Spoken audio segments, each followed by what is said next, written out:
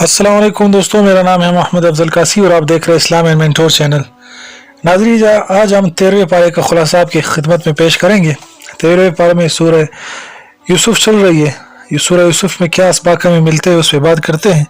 सबसे पहला सबक हमें मिलता है कि परेशानी के बाद अल्लाह रब्बुल इज़्ज़त राहत नसीब करते हैं। यूसुफ अलैहिस्सलाम शुरू में बहुत परेशान हुए जब उनको कुएं में डाला गया, फिर आखिरकार अल्लाह रब्बुल इज़्ज़त ने उन्हें मिस्र का बादशाह बना दिया। नंबर 2, हसद भाई भी करते हैं तो हसद नहीं करना चाहिए। हसद से बचने के लिए जिस शख्स से हसद हो तो उसके लिए आप नवाफिल पढ़े, जिक्र का एहतमाम करें और उसके लिए गिफ्ट दें ताकि आप हसद से बचें। तीसरे नंबर पर अच्छी तरबियत। याकूब अलैहिस्सलाम ने अपने बेटे हज़रत यूसुफ अलैहिस्सलाम की अच्छी तरबियत की थी, जिनकी वजह से वो तमाम जितनी परेशानी और मुसीबतें उनमें सुरखरू हुए। तो हमें भी अपनी औलाद की सही तरबियत करनी चाहिए। 5वें नंबर पर जब यूसुफ अलैहिस्सलाम को जुलेखा ने अपने तरफ मायल करने की कोशिश की तो हालांकि दरवाजे बंद थे, 7 दरवाज़ों का आता है और एक रिवायत में आता है 3 दरवाजे थे, तो यूसुफ अलैहिस्सलाम फिर भी भागे और अल्लाह रब्बुल इज़्ज़त ने उनके लिए दरवाजे खोल दिए। तो इससे हमें यह सबक मिलता है कि गुनाह के माहौल से अपने आप को बचाना है, जहाँ गुनाह हो रहा हो वहाँ से अपने आप को बचाना है। और एक सबक हमें ये मिलता है कि दाई जो दावत देने वाला है दीन की, वो हर जगह दीन की दावत देता है। यूसुफ अलैहिस्सलाम ने भी जेल में तौहीद की बात शुरू कर दी और जो जेल में कैदी थे उनको अल्लाह की तरफ बुलाया। 8वें नंबर पर यह सबक मिलता है कि लीडर को अपना दामन साफ करना चाहिए, यानी कि अगर उस पर कोई इल्ज़ाम हो तो उसको साफ करना चाहिए उसे। जैसे कि यूसुफ अलैहिस्सलाम को जब जेल से रिहा करने जाने लगा तो आप अलैहिस्सलाम ने फरमाया कि जाकर पूछ लो जुलेखा से कि कसूर किसका था।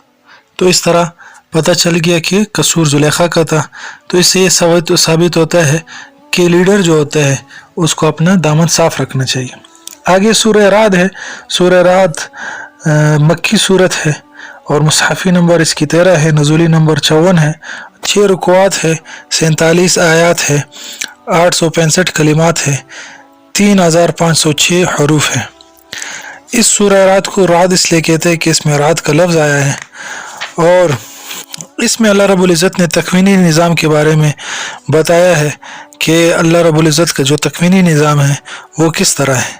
और उसके लिए कहा कि बग़ैर सतून के आसमान को कायम करना और सूरज और चाँद को मुसख्खर करना, ज़मीन को फैलाना, पहाड़ों और दरियाओं का निज़ाम, मेवाजात में मुख्तलिफ़ अक़साम का निज़ाम, दिन रात का निज़ाम, एक ही तरह के पानी से सैराबी पर नबातात की मुख्तलिफ़ शक्लें और मज़े, रहम में मुअतदिल मिक़दार में बनावट, फ़रिश्तों के ज़रिए हिफाजत का निज़ाम, फ़रिश्तों के ज़रिए गर्ज चमक और बादलों का निज़ाम, फ़रिश्तों पर हैबत इलाही का निज़ाम और कहर इलाही की बिजलियों का निज़ाम।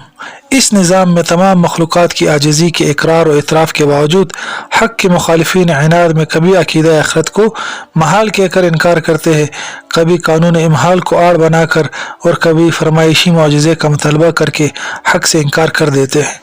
तो दोस्तों, ये तकवीनी निज़ाम अल्लाह रब्बुल इज़्ज़त ने इंसानों के लिए बनाया है और इसमें ये तकवीनी निज़ाम कुफ़ार और मुसलमान दोनों के लिए है, सूरज चाँद सितारे दोनों के लिए है और इसी तरह दिन रात का निज़ाम दोनों के लिए है। अलबत्ता जो तशराई निज़ाम है, जो शरीयत का निज़ाम है, वो सिर्फ मुसलमानों के लिए है। एल हक और एल बातिल का अंजाम आयत नंबर 25 में बता दिया और इसकी मिसाल ऐसी दी है कि बारिश के बाद तमाम वादियाँ नहरों की तरह रवां होती है, लेकिन इसके बाद वही पानी बाकी रहता है जो ज़मीन के लिए करामत होता है। और इसी तरह जब चांदी, सोना या किसी और तरह की दाग आग पर तपाते हैं तो कोट अलग हो जाता है और ख़ास दाद अलग निकल आती है। कोट के लिए नाबूद होना है और खालिस दाद के लिए बाकी रहना है। तो ये 2 मिसालें अल्लाह रब्बुल इज़्ज़त ने दी है एल हक और एल बातिल के बारे में कि हक साबित रहेगा और बातिल मिट जाएगा। एल हक की सिफ़ात आगे वाज़ेह की है आयत नंबर 19 से लेकर 24 तक। पहली सिफ़त ये बयान की, पहली सिफ़त है वादा का पूरा करना, सिला रहमी करना, अल्लाह ताला का खौफ, हिसाब का खौफ, सब्र और इस्तिक़ामत, नमाज कायम करना, अल्लाह ताला की रज़ा के लिए खर्च करना, बुराई के मुकाबले में भलाई करना। और आगे अहले बातिल की सिफ़ात आयत नंबर 25 में बयान की है कि ये लोग वादा खिलाफ़ी करते हैं, क़ता रहमी करते हैं और फ़साद फैलाते हैं। आगे आयत नंबर 26 तक ख़त्म सूरत अल्लाह रब्बुल इज़्ज़त ने बातिल के जो शुबहात है उनके जवाबात दिए हैं। उनके जो ये शुबा था कि अहले हक़ की माशी हालत क्यों कमज़ोर है, तो इसका जवाब दिया कि माशी सूरत हाल को हक़ को बातिल के पहचान में कोई दखल नहीं और दुनिया व आखिरत के मुकाबले में कोई हकीकत नहीं रखती। यानी आखिरत असल है, दुनिया में अगर किसी के पास माल भी है तो इससे उसका कोई रुतबा बुलंद नहीं होता। दूसरा शुबा ये कि अगर ये पैगंबर है तो जिस निशानी का मुतालबा करते हैं वो क्यों नहीं लाता। जवाब ये दिया गया कि हक़ को मुँह मांगी और फरमाइशी निशानियों में नहीं देखना चाहिए, बल्कि हक़ को खुद हक़ में देखना चाहिए कि यह पैगाम कैसा है, इसको मानने वालों में इस हक़ की वजह से क्या तब्दीली आई है। तीसरा शुबा ये किया कि बशर की रिसालत पर ताजुब, यानी कोई इंसान पैगंबर कैसे बन सकता है। इसका जवाब ये दिया कि पैगंबर हर ज़माने में बशर रहा है और बशरी तकाज़ों को पूरा करता रहा है। चौथा शुबा, हम बातिल है तो अजाब क्यों नहीं आता, अजाब का ना आना हमारे बरहक होने की दलील है। इसका जवाब ये दिया कि अल्लाह ताला का कानून इमहाल है कि अल्लाह ताला किसी मुजरिम को फ़ौरन सज़ा नहीं देते बल्कि मोहलत देते हैं, इत्माम हुज्जत करते हैं और ये निज़ाम अल्लाह ही का है, अल्लाह ताला ही के इल्म और तदब्बुर के मुताबिक चल रहा है। तो ये सूरह रात की तशरीह थी जो आप हज़रात की खिदमत में पेश की। आगे सूरह इब्राहिम है। सूरह इब्राहिम इसलिए कहते हैं कि इसमें इब्राहिम अलैहिस्सलाम का वाक़या बयान है और इनका नाम भी आया है और ये मक्की सूरत है। मुसफ़ी नंबर इसकी 14 है और नुज़ूली नंबर इसकी 72 है। 7 रुकुआत है, 52 आयत है, 881 कलिमात है और 6434 हरूफ है। इस सूरत में अल्लाह रब्बुल इज़्ज़त ने आयत नंबर 1 से 18 अंबिया की दावत और लोगों का सलूक जिक्र किया है कि अंबिया की दावत क्या थी और लोगों का उनके साथ सलूक क्या था और बताया गया कि अंबिया कराम की दावत लोगों को अंधेरों से रोशनी में लाने के लिए होती है।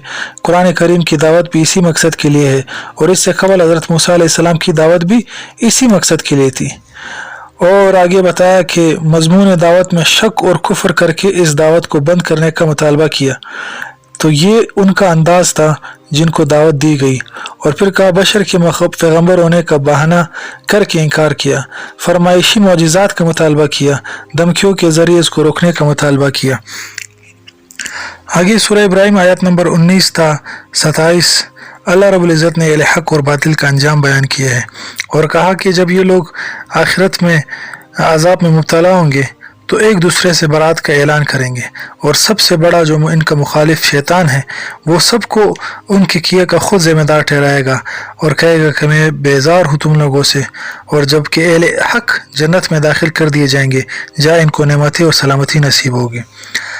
आगे इसकी वज़ाहत मिसाल से की है कि अलम तरा कैफ़ ज़रबल्लाहु मसलन कलिमतन तय्यबतन कशजरतिन तय्यबा। इसमें इस तरह वज़ाहत की गई है कि हक़ के लिए ठहराव और जमाव है उस दरख्त की तरह जिसकी जड़ें मजबूती की वजह से उखड़ने वाली नहीं और शाखें बुलंदी की वजह से झुकने वाली नहीं। इस दावत का कबूल करने की वजह से दुनिया और आखिरत की ज़िंदगी में ठहराव, जमाव और बका नसीब होता है और इससे इनकार के नतीजे में ठहराव और इस्तिक़रार की राह बंद हो जाती है। इस निकम्मे दरख्त की तरह जिसकी जड़ें कमज़ोर, टहनियाँ मादूम और फल नाबूद, जब चाहो पकड़ कर खींच लो, जड़ समेत उकड़ है। आखिरी में अल्लाह रब्बुल इज़्ज़त ने आयत नंबर 28 तक ख़त्म सूरत तज़किरात सलासा का जिक्र किया और दावत हक़ का। इस मज़मून में 3 किस्म की तज़किरात और नसीहतों का जिक्र है। नंबर 1 तबाहशुदा अक़वाम के किस्से, नंबर 2 अल्लाह ताला के इनामात का जिक्र, नंबर 3 मौत के बाद के हालात। इन 3 तज़किरात और नसीहतों को सामने रखते हुए हक़ की इत्तिबा करो और इस सिलसिले में हज़रत इब्राहीम अलैहिस्सलाम को अपने लिए नमूना बनाओ कि किस तरह अपनी औलाद के लिए हक़ से वाबस्ता रहने और बातिल से अलग रहने की दुआ करते रहें। अल्लाह ताला इन बातों पे अमल की तौफीक अता फरमाए। कोई अच्छी बात हो तो अल्लाह की तरफ से, कोई गलत बात हो तो मेरे नफ्स की शरारत अल्लाह माफ़ फरमाए। वीडियो पसंद आई तो उसको आगे शेयर करें और नेकी में अपने हिस्सा शामिल करें और चैनल सब्सक्राइब नहीं किया तो उसको सब्सक्राइब करें। जज़ाकुमुल्लाहु खैर व अहसनुल जज़ा।